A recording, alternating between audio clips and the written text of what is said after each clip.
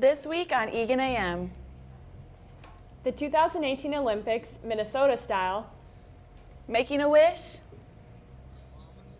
And the Wildcat World of Sports. Live from Studio 1A, this is Eagan AM. Good morning, I'm Maddie Drew. And I'm Elsie Gorin.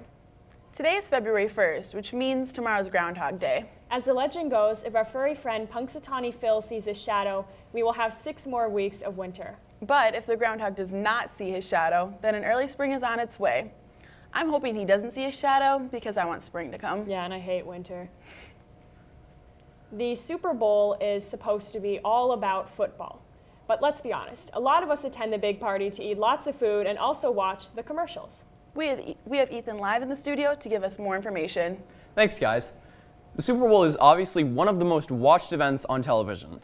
This year, an expected 111 million people will be tuned in. This is why ad space is so expensive. Every year, companies pour millions of dollars into 30-second commercials. And that's why Super Bowl ads are the best. We have a best so far Twitter poll for you. We have the Bud Light Dilly Dilly. Dilly dilly. Dilly dilly. Dilly dilly. Dilly dilly. Puppy monkey Mountain Dew Puppy Monkey Baby. Puppy monkey baby. Puppy monkey baby. Do you see what I have to deal The with? Doritos Pregnancy Commercial. And the Hyundai Car Finder First Date. Go on Twitter and vote at Eagan_AM. The results of the Twitter poll will be posted at the end of the show. Back to you guys. Thanks, Ethan. This Monday, February 5th, parents of seniors will put on a skit during pause in the auditorium to kick off the senior party. On Tuesday, students previewed the one-act performance, The Curious Incident of the Dog in the Nighttime, during their English classes. The one act competed in sections yesterday and came in second. And tonight at 7 o'clock, there is a free public performance, followed by a panel discussion on autism spectrum disorder led by ASD experts. One act isn't the only talented group of performers. Last weekend, the speech team made the trek out to Marshall, Minnesota to compete in the annual Marshall Speech Spectacular. Eagan placed first in the tournament with strong individual events.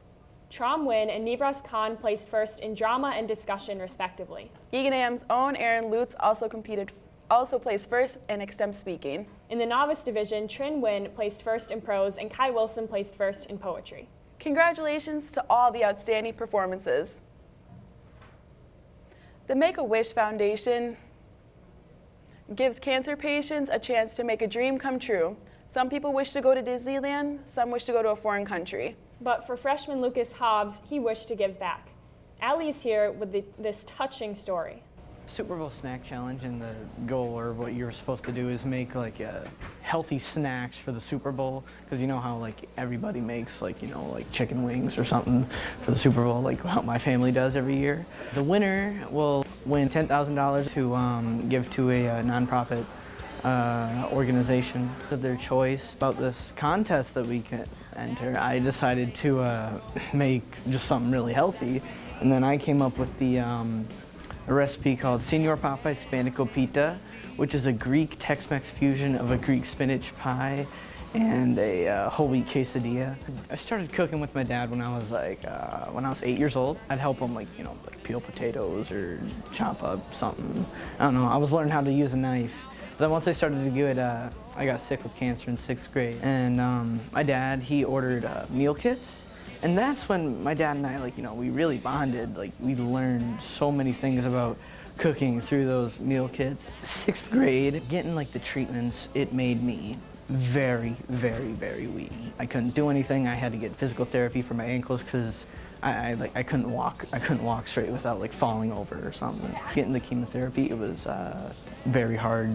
It changed my taste buds so much, and food was hard to eat. I lost over 25, 30 pounds because I just wouldn't really want to eat food. Cooking food, though, was something that was very therapeutic for me.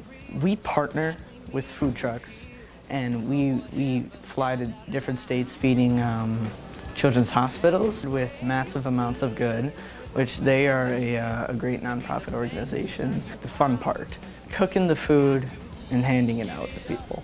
That's, and at the end of the day, once you do all that, feeding 1,000+ people, I feel so good. Slowly, the physical therapy that I've gotten, and then starting to get into more sports. I'm doing Brazilian Jiu-Jitsu right now. I am eating like a lot more healthier.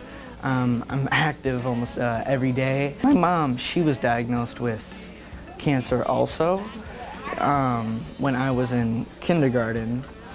But, you know, a message that I'd say to anybody who's fighting cancer, just stay strong, believe. Signing off for Eagan AM, I'm Melly Moss. Thanks, Allie. That's pretty inspiring. The Super Bowl is right around the corner, and there's many things to do. One cool thing to do that the Super Bowl committee is providing for people is the Built Ford Tough Sleigh Ride. This ride will take you down the streets of downtown Minneapolis.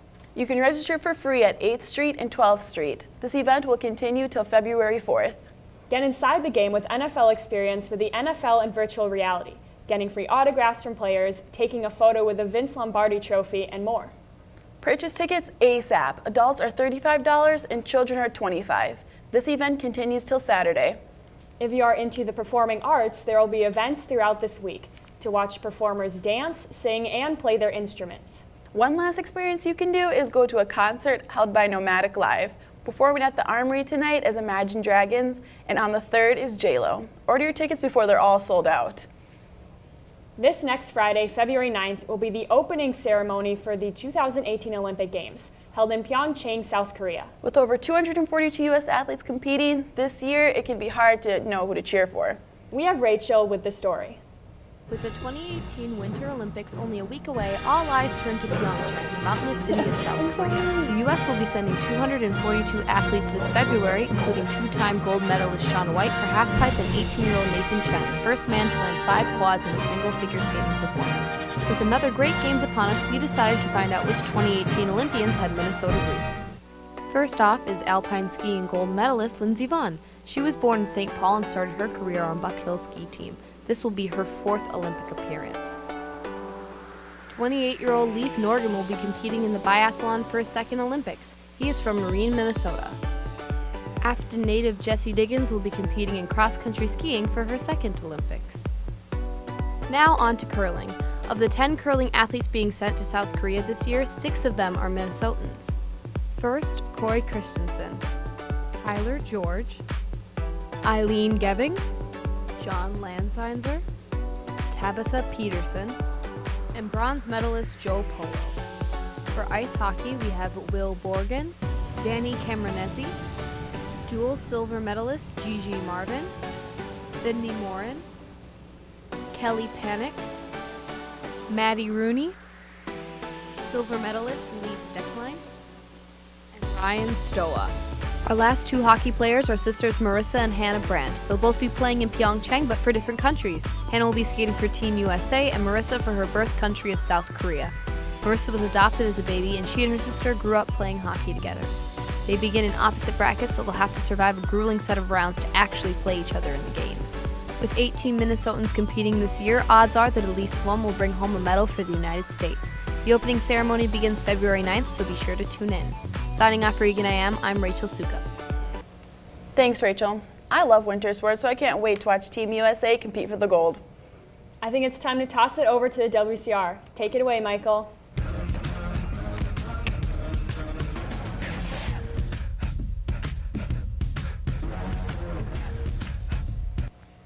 Welcome to another edition of the WCR.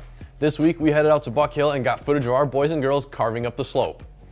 Our Cats Alpine Ski Team is approaching the end of their season as sections begin for both the boys and the girls on February 6th at Buck Hill. Over the course of the winter, both teams have been steadily improving. Last week was the conference championship. For the boys, Eagan placed 2nd overall with Camden Palmquist and Isaac Hofstad placing 1st and 2nd. On the girls' side, Eagan placed 4th overall with Sophia Palmquist leading the team coming in 6th overall. The team shows great talent going into next season, as Isaac Hofstad is only a junior and Camden is only a freshman. Section meets begin on Tuesday, so brave the cold and support our team to state. For other sports, girls hockey beat Eastview Lightning 4-2 and are now locked in as conference champions. The boys hockey team sadly lost 2 back-to-back close contests, first to the Eastview Lightning and 2nd to Farmington. Boys basketball lost to Burnsville and Apple Valley, 2 very tough opponents, and girls basketball faced the Blaze and the Eagles as well, and sadly had a similar fate. Boys swimming beat Burnsville 84-60 last Friday, and they won true team sections. And and place 7th in True Team State. Senior night is this Friday, so make sure you go out and show your support for our seniors. Both our boys and girls Nordic ski teams both placed 3rd overall. That's all I have for the WCR this week. Back to you guys. Thanks, Michael. Let's check in with Ethan to see how the Twitter poll is going. Thanks, guys. In first place, with 48% of the votes, is, of course, Dilly Dilly. And not surprisingly, in last place is Puppy Monkey Baby. I'm going to say we all saw that coming. Back to you guys. Thanks, Ethan. Next week is Winter Blast Week, so make sure to participate in all the fun activities the student government has set up. Monday is Jersey/Super Bowl Day. Tuesday is PJ Day. Wednesday's theme is Summer in the Winter. Thursday is Spirit Wear Day. And then there's no school on Friday. And don't forget about the Sadie's Dance on Saturday or the Amazing Race the following Monday. If you do watch the game, remember to keep an eye out for Natalie Windows and Coach Graham. That's all we have for you this week. Have a great day, Wildcats.